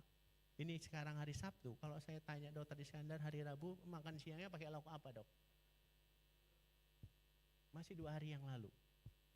Kebiasaan dokter kita ada yang begitu, dikumpulkannya semua, nantilah saya kumpulin. Padahal amanah Permenkes 24/2000 itu segera setelah memberikan pelayanan. Kemudian kalau baca Permenkes 24 dilakukan secara berurut. Jadi setelah kita isi, perawat isi. Baru nanti diikutin yang lain. Ini enggak, perawat sudah duluan ngisi, dokternya, soapnya. Dan yang terakhir di dalam Permenkes 24/2022 itu rekam medis wajib diisi lengkap dan benar. Kalau benar sudah pasti benar dokter ngisinya, nggak mungkin lah. Tensinya 161 aja dia tulis 161, kok nggak akan dia tulis 160. Benar, tapi tadi nggak lengkap. Soal pemberian dia sudah permintaan pasien obat itu, dia nggak tulis itu dengan lengkap. Nah ini yang akhirnya tadi saya sampaikan di awal, pada saat kita ingin membuktikan kepada MDP yang melakukan pemeriksaan atau melakukan audit pada saat audit medik, atau nanti kita dalilkan ke polisi, rekam medis kita selalu penyakitnya nggak lengkap. Makanya ada di dalam standar KPI-nya rekam medis itu adalah kelengkapan dokumen rekam medis. Coba tanya, sekali-sekali main ke dokumen rekam medis, lengkap nggak catatan rekam medisnya? Ada tanda tangan tapi nggak ada nama, ada nama tapi tidak ada tanda tangan, ada tanggal tapi tidak ada nama, itu banyak sekali. Termasuk pengisian inform consent. Tidak ada penjelasan apa yang dijelaskan sama dokter, cukup checklist saja gitu. Tidak ada dijelasin semua resiko di situ. Padahal amanah Permenkes 24/2022 lengkap dan benar. Ini yang sulit. Jadi kalau rekan-rekan meminta perlindungan hukum, kembali koreksi diri kita. Kita sudah melindungi diri kita belum? Perlindungan kita apa? Tulislah rekam medis itu dengan lengkap dan benar. Karena kita yang mendampingin, kita yang membela itu sulit. Dok, kenapa nggak ditulis? Dok, kenapa ini nggak dilengkapi? Dok, kenapa nggak ditandatanganin? Sekarang masih enak dengan dokumen yang masih manual. Kalau kita sulitnya sekarang dengan elektronik. Mohon maaf, pada saat kita edit, kita ketik, itu masih nampak kelihatan edited. Bahwa ini sudah dilakukan perbaikan atau perubahan. Dan dilakukan perbaikan-perubahan itu pada saat hari ini kasus yang 2 tahun lalu, kan kadaluarsa 3 tahun ya. Pastinya komplainnya kan 2 tahun sekarang, kan editingnya sekarang, berarti kita baru ubah sekarang, kita baru ganti sekarang. Sekarang alasan pembenar pemaafnya apa? Kenapa digabah sekarang? Apa karena pasiennya nuntut? Kamu mau menghilangkan barang bukti? Kamu mau ingin menutupi kasus-kasus? Atau apa? Kan harusnya 2 tahun yang lalu kita buat secara lengkap dan benar. Artinya kita sendiri saja pun kalau menurut saya kita tidak melindungi diri kita, termasuk kita tidak aware SIP kita mati. Kita nggak aware terhadap standar pelayanan, standar profesi. Kita nggak aware standar prosedur. Standar prosedur operasional yang ditetapkan ditantangani oleh direktur dalam bentuk PPK itu harusnya dokter yang buat. Direktur tanda tangan. Tapi kita dokter nggak pernah mau buat itu, diserahkan ke manajemen. Akhirnya kan salah. Akhirnya kan keliru. Kelirulah itu yang dipakai, dokumen yang dipakai itu adalah dokumen yang ditantangkan oleh direktur, SP yang disahkan oleh direktur adalah SOP yang benar. Persoalan dokter terlibat atau tidak dilibatkan dalam pembuatan SPO itu salah dokter. Maka ikut terlibatlah dalam, kalau sudah hari ini sudah kadung, ya sudah, mulai besok Senin saya minta SPO Objin mana, biar saya koreksi. Saya minta SOP THT mana, biar kami koreksi di SMF. Saya minta SPO penyakit dalam, biar kami koreksi di SMF. Dengan begitu manajemen akan terbantu dan tenang mereka karena kita melakukan sesuai. Dan itu pun harus direvisi, dikaji kembali per 2 tahun. Baca Kemenkes 1438 2010. Dan ini sebenarnya kita nggak harus pengembalian klaim kalau menurut saya. Kenapa banyak terjadi pengembalian klaim dan klaim yang tidak layak dispute oleh BPJS? Karena kita sendiri tidak patuh terhadap pengisian dokumen rekam medis. BPJS itu nggak pernah melihat pasien itu ada kita layani atau tidak dilayani di IGD masuk ke kamar operasi, enggak. Yang mereka tunggu dokumennya. Begitu dokumennya tidak lengkap, tidak ada catatan laporan operasi, tidak hasil laboratorium, tidak ada hasil penunjang, layak mereka kemudian mengatakan ini dispute tidak layak, tidak sesuai ketentuan, tidak bisa dibayarkan. Karena kita sendiri tidak patuh terhadap pengisian tadi. Nah ini yang harus kita perbaiki maksud saya. Kalau memang kita ingin mendapatkan pelindungan, kembali lagi, kita sudah menuliskan dengan lengkap dan benar belum? Apalagi dengan teknologi AI sekarang. Teknologi AI sekarang, dokumen rekam medis apa yang saya cuap-cuapkan tadi hampir 40 menit ini, itu semuanya sudah terketik otomatis kok. Sekarang kita tinggal buka HP saja, kita pakai voice note saja sudah terketik otomatis kok di sini. Jadi apalagi alasan kita tidak lengkap dan benar terhadap pengisian, itu lebih enak. Pada saat pasien bilang, nggak ada dokter jelasin begitu ya. Oke, kita dengarkan saja rekaman sama-sama. Pasien mau bilang apa? Termasuk tindakan yang kita lakukan. Kalau memang ada penyulit, ada penyulit. Kalau memang ini ada komplikasi, ya sebutkan itu adalah komplikasi. Ini sharing pengalaman saja yang kami dampingin. Selalu dokumen rekam medis nggak lengkap, akhirnya dok tolonglah lengkapin. SPO-nya ada nggak dok? SPO apa? SPO itu apa kata dokternya? Dokternya pun nggak paham SPO. Ya ini SPO penerimaan pasien, SPO tindakan diagnosanya apa dok? PPK-nya ada nggak? PPK apa katanya? Ya pakai yang kami diajarin lah di Objin katanya. Akhirnya kita bantu, kita buatkan dok. Akhirnya kita diskusi lagi, dialog tadi. Direktur mau nggak tanda tangan ini berlaku mundur? Karena kita sudah ketemu penyakitnya. Penyakitnya itu nggak ada SPO, kita sesuaikan. Oke, direktur mau nggak? Tapi kalau dokumen itu kan sekarang sudah diupload. Oleh akreditasi kan semua dokumen diupload ya untuk dilihat.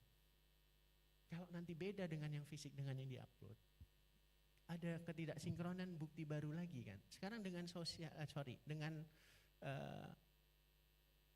elektronik seperti ini, yang semuanya nanti rujukan juga berbasis elektronik. Permenkes 24 2024 itu semua rujukan berbasis elektronik. Nanti kita berbasis kompetensi, akan kelihatan itu semua. Kita akan kena lagi nanti pasal kita tidak kompeten kok kita layani nih pasiennya. Ini kan rumah sakitnya kompetensinya utama, kenapa tidak kompetensinya dasar, kenapa nggak dirujuk ke utama? Kenapa pada saat merujuk tidak melampirkan tadi? Kenapa tidak didampingin dokter? Karena rujukan itu wajib kalau untuk kasus gawat, itu wajib didampingi dokter sama perawat. Kita tidak lakukan, maka pelanggaran lagi terhadap pelayanan, pelanggaran terhadap standar profesi, pelanggaran terhadap standar pelayanan, pelanggaran terhadap standar prosedur. Kalau sudah melanggar, terus kemudian kita minta pembelaan, apa yang mau dibela dari pelanggaran ini? Kecuali ya pengakuan terhadap kesalahan yang kita lakukan sehingga berdamailah. Maka berdamainya kan rupiah kembali. Kita nggak rapi di administrasi. Dan kita lemah di administrasi. Kelemahan kita administrasi itu sebenarnya sudah ditutupi oleh akreditasi. Akreditasi itu melindungi kita sebenarnya. Melindungi kita, melindungi dokter, melindungi rumah sakit, melindungi pasien. Supaya semuanya standar. Yang repot Kenapa muncul banyak masalah? Karena egoisme tadi dan tidak mau terlibat dalam administrasi. Urusan kalian lah itu. Mana? Bahkan saya pun masih mengalami sebagai direktur hari ini, kemarin 2 hari yang lalu. Dokter itu mengoperasi tanpa inform konsen diisi.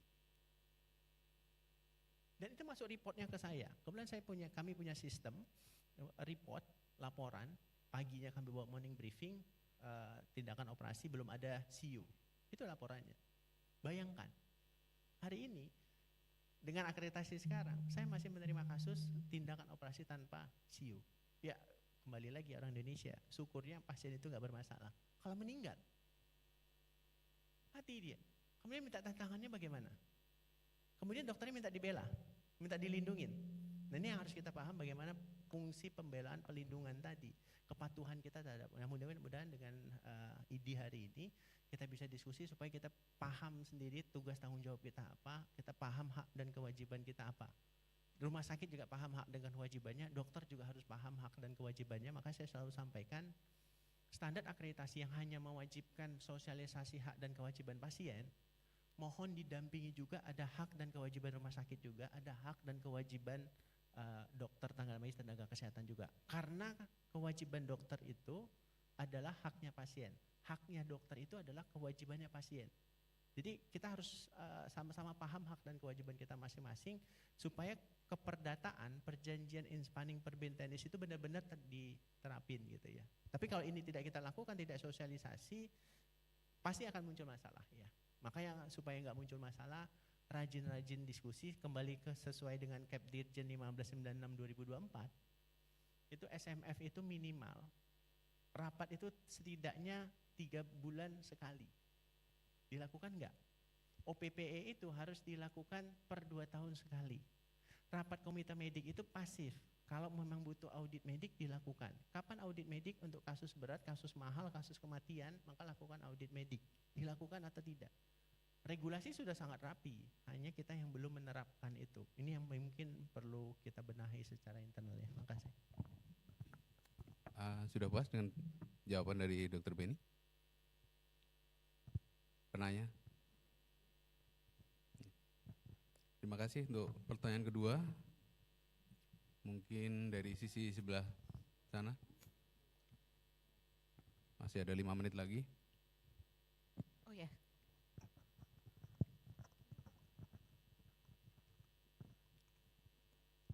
Satu pertanyaan aja.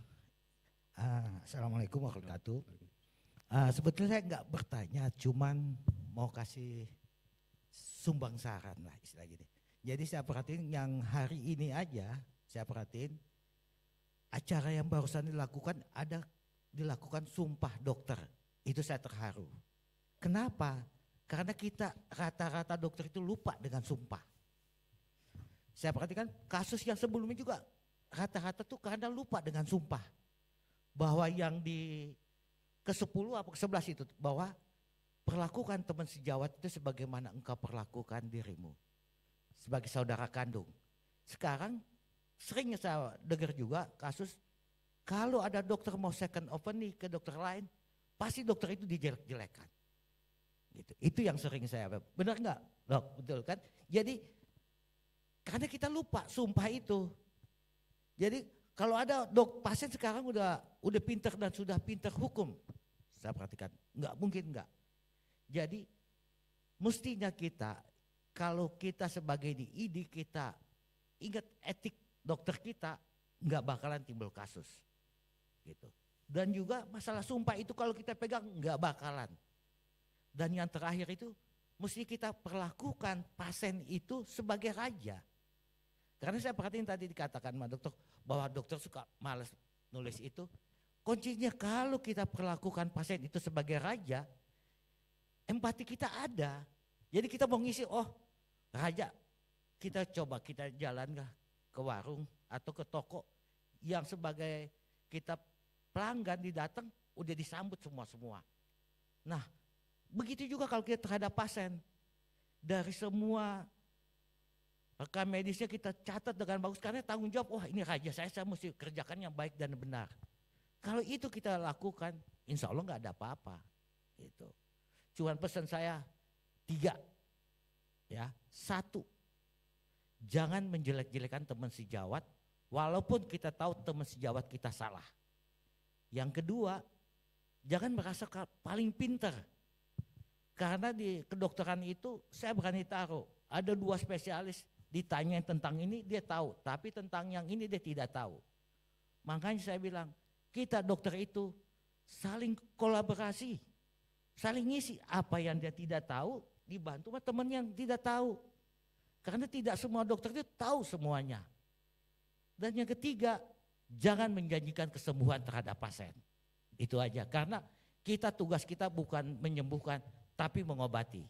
Sekian dari saya. Saya Dr. Irfan dari ID Cabang Karawang, Pak. Dok, terima kasih. Baik, terima kasih Dr. Irfan. Ini menarik yang sampaikan. Tadi yang saya lupa ya, sumpah. Iya, itu tadi supaya saya sampaikan. Tadi memang apresiasi sekali di Cabang Bekasi. Saya punya kasus yang sama mirip, seminggu yang lalu. Ini ada dokter, kemudian dirawat bersama, satu spesialis ortopedi, kemudian satu spesialis paru. Memang pasien ini memang pasien rujukan spesialis paru karena TBC spondylosis TB. Jadi karena lukanya nggak sembuh, dilakukanlah operasi sama ortopedi. Yang menarik itu adalah ya DPJP-nya harusnya berubah dong, walaupun rawat bersama. Begitu dia visit, loh, ini kenapa dioperasi katanya?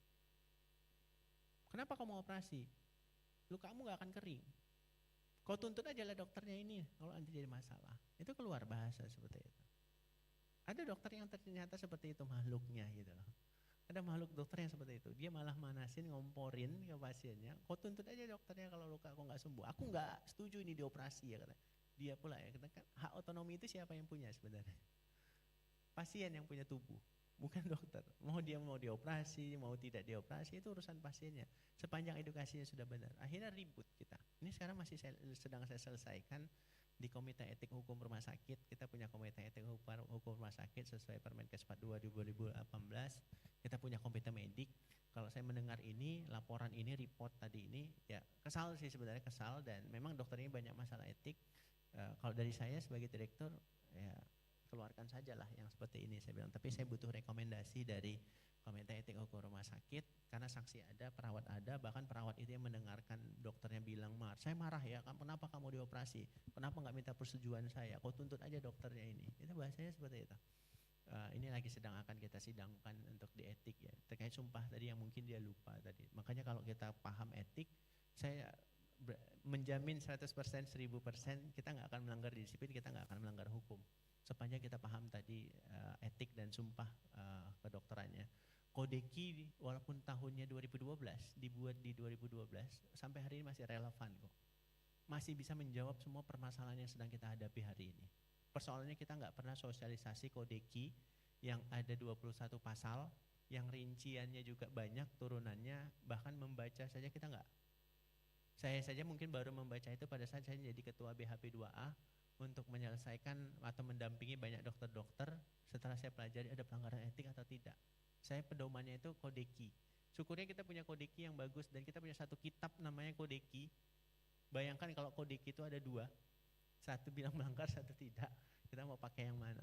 Ini akan repot. Satu ID kodeki yang 2012 saya pikir itu perlu sosialisasi setelah sumpah, perlu kita dijabarin ya. Minimal setiap kegiatan seminar satu pasal per satu kegiatannya menurut saya sudah cukup lah, supaya kita mengingatkan kembali ada etik kedokteran untuk tadi supaya tidak sembarangan berbicara, dan syukurnya pasien tidak tersulut ya, yang tadi kok tuntut aja dokternya kenapa operasi ini gitu lah. Baik, mungkin itu, terima kasih ya dok. Terima kasih. Satu pertanyaan terakhir dari Dr. Rina.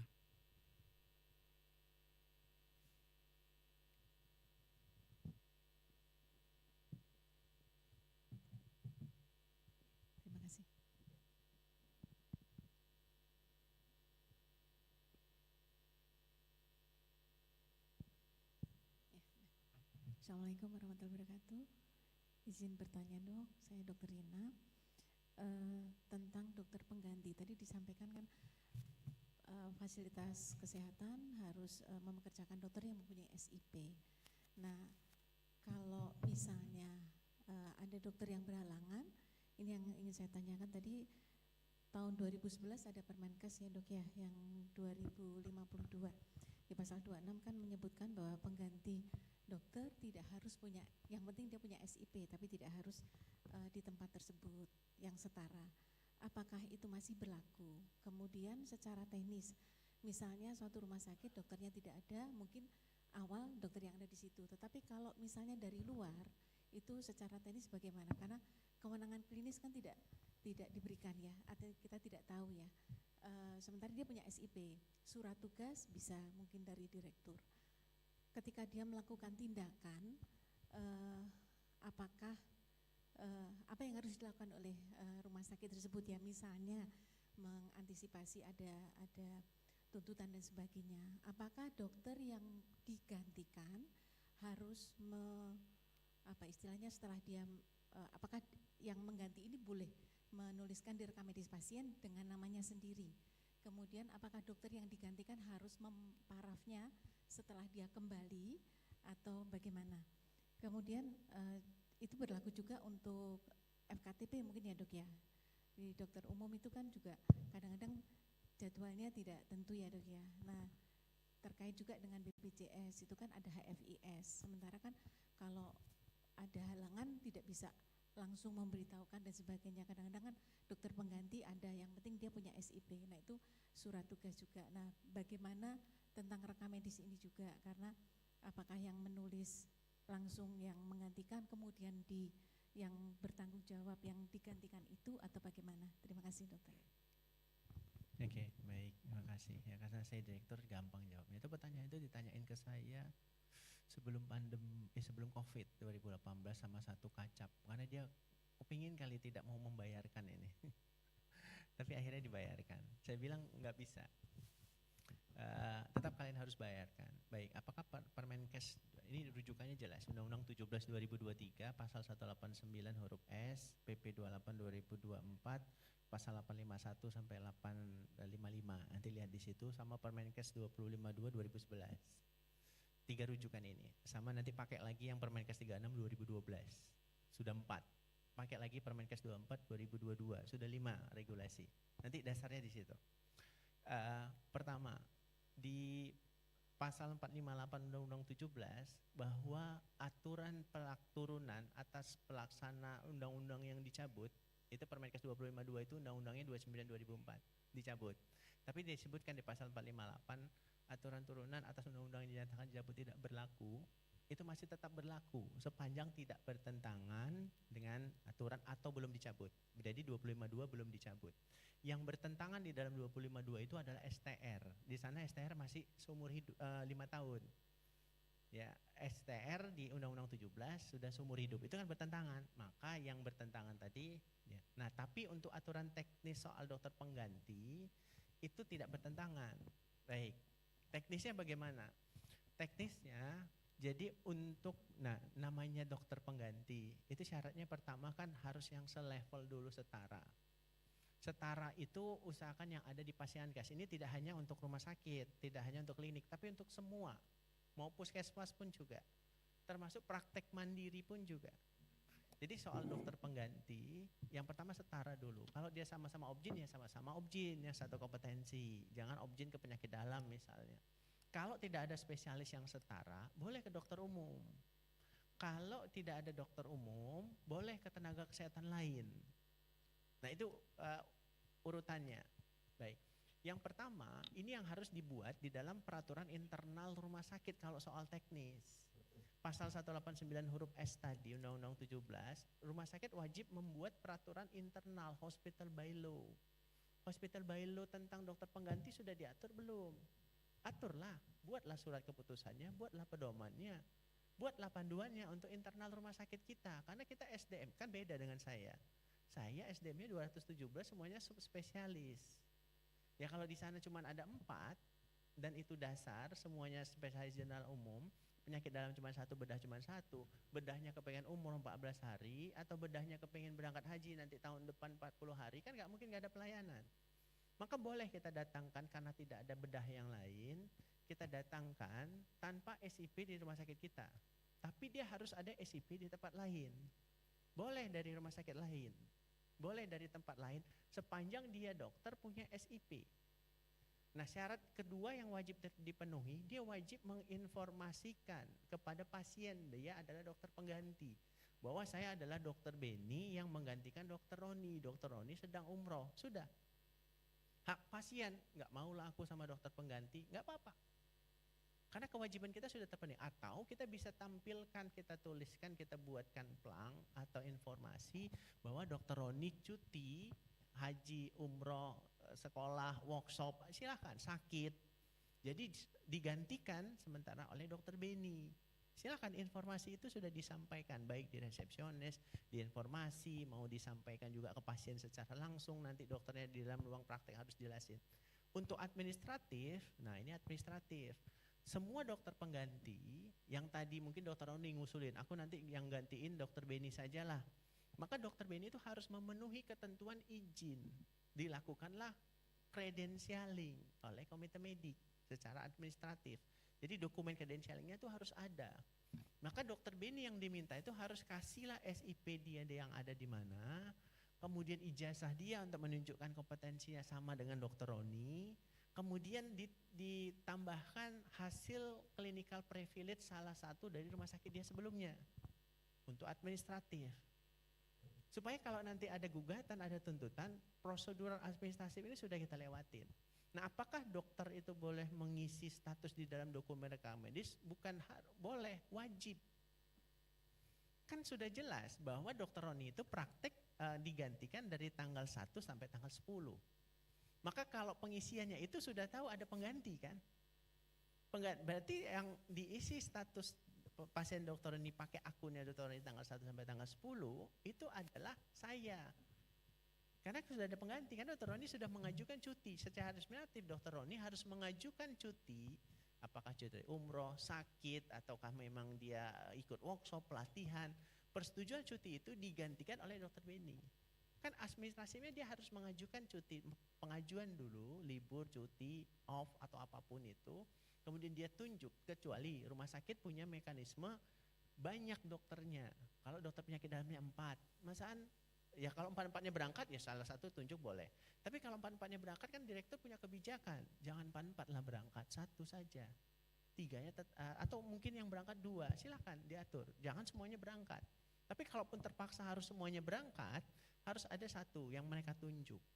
Inilah pentingnya SMF. Nanti baca di Kepmenkes 1596/2010, fungsi SMF itu apa? Kalau sudah lebih dari 1, bentuklah SMF. Kalau memang jumlah SDM kita sedikit, mungkin bisa dikumpulin SMF bedah, SMF non bedah. Tapi kalau dokternya banyak kayak saya punya spesialis anak itu 19. Jadi saya kumpulilah dalam 1 SMF.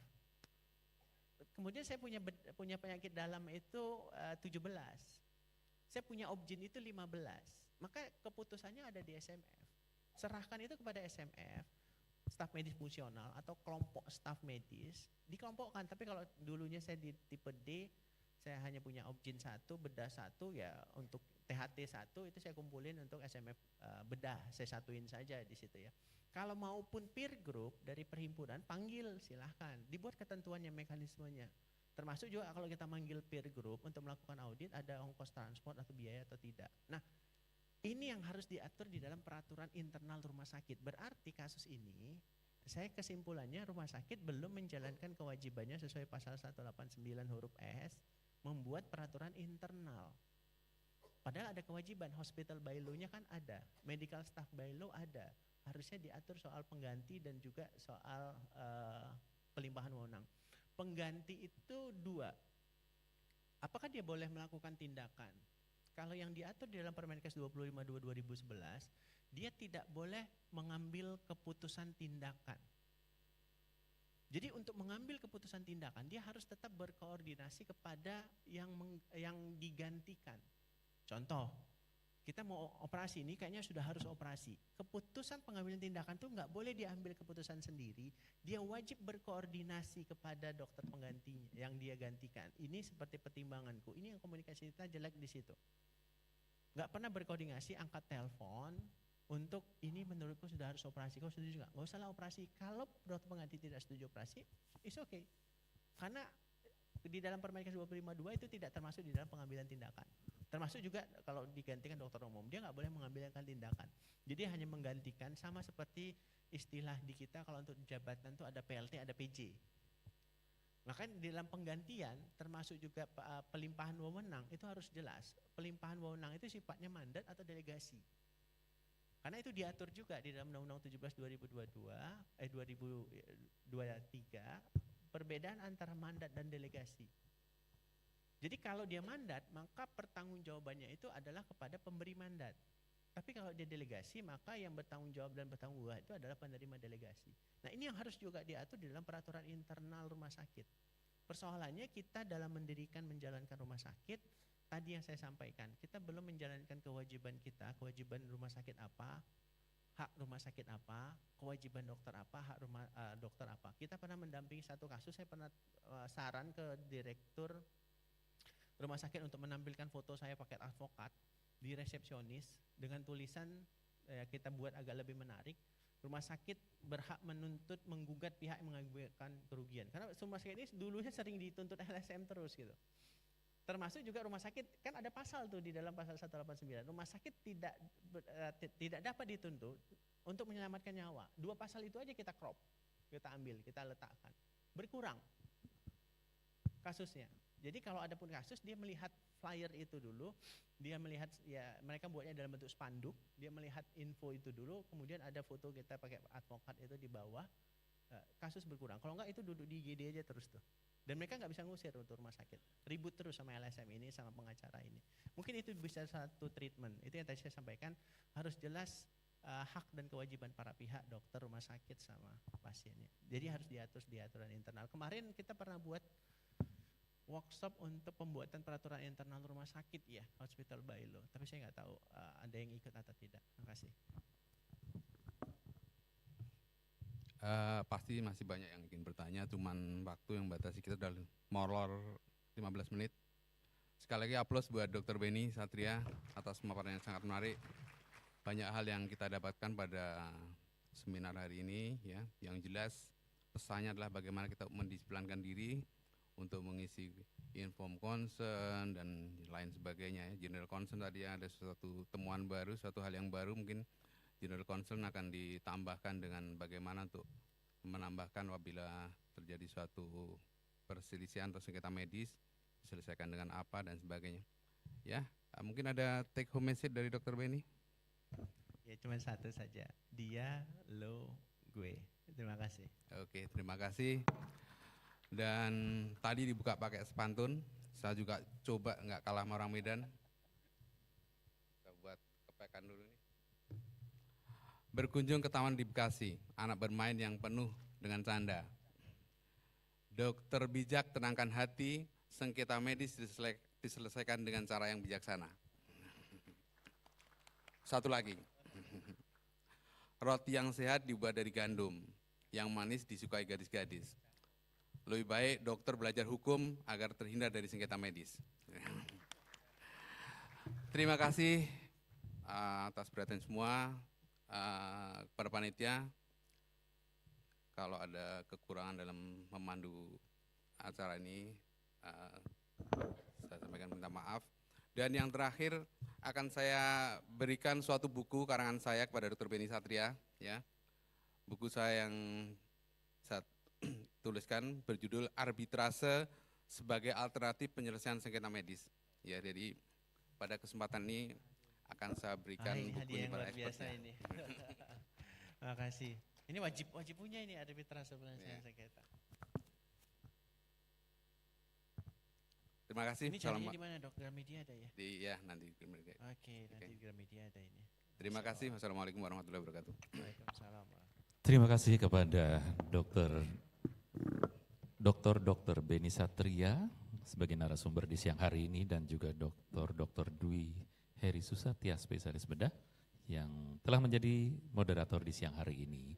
Kembali lagi aplaus kepada beliau berdua dan apresiasi kepadanya. Mohon berkenan Dr. Iskandar untuk menyampaikan kenang-kenangan. Kami silakan untuk kedua dokter untuk berdiri di depan panggung. Dan informasi kami sampaikan kepada para hadirin bahwa apa yang kita terima, kita dengarkan hari ini, siang hari ini mungkin terasa tidak cukup. Ya, buat kita masih banyak mungkin pertanyaan-pertanyaan yang timbul. Pada hari ini juga jam 15 waktu Indonesia bagian Barat di Swiss Bell Hotel akan dilakukan workshop bersama dengan Dr. Beni Satya. Silakan untuk menghubungi panitia untuk yang belum daftar.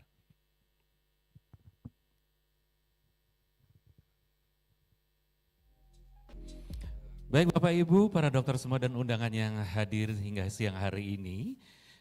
Sebelum saya tutup ada sebuah pantun, kalau pergi kerja harus hati-hati. Mana cakepnya? Cakep. Ya. Jangan lupa bawa tas. ID Kabupaten Bekasi, mengabdi dengan hati, bekerja dengan integritas. Ya, aplaus. Iya.